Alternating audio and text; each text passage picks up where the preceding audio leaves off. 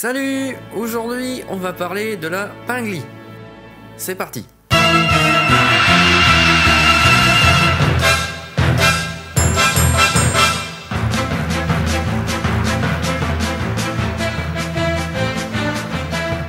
C'est une de nos plus petites locomotives.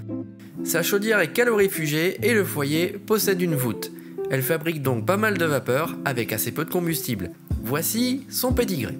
En 1905, la compagnie des chemins de fer du Morbihan fait construire 4 locomotives de type 030T par les ateliers Pingli à Lyon pour le réseau départemental de la Loire-Atlantique. Elles transportent les ouvriers qui vont travailler au chantier naval de Saint-Nazaire. Elle circule jusqu'à la fermeture du réseau le 1er janvier 1948, puis est rachetée par les forges de Gueugnon, en Saône-et-Loire, pour assurer des manœuvres dans l'usine. Elle y circule jusqu'en 1975, devenant l'une des dernières locomotives à vapeur utilisées en France. Elle est alors rachetée par la Fédération des Amis des chemins de fer secondaires, la FAX, qui décide de la confier au CFBS naissant. Elle est en état de marche et reprend du service immédiatement. Ses débuts sont difficiles car sa chaudière avait du mal à produire une quantité de vapeur suffisante sans donner du fil à retordre au chauffeur. Il faut attendre le début des années 80 pour que le remplacement de sa cheminée et la réfection de son échappement lui permettent de donner entière satisfaction.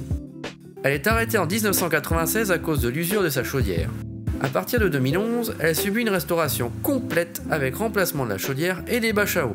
Elle reprend le service pour la fête de la vapeur de 2013. Aujourd'hui, cette machine fait souvent partie de celles qui font plus de kilomètres dans la saison. Simple et fiable, elle est appréciée par les chauffeurs de par sa facilité à faire de la vapeur. Si ça vous a plu, likez, commentez et abonnez-vous à la chaîne en passant. Allez, à la prochaine et au chemin de fer!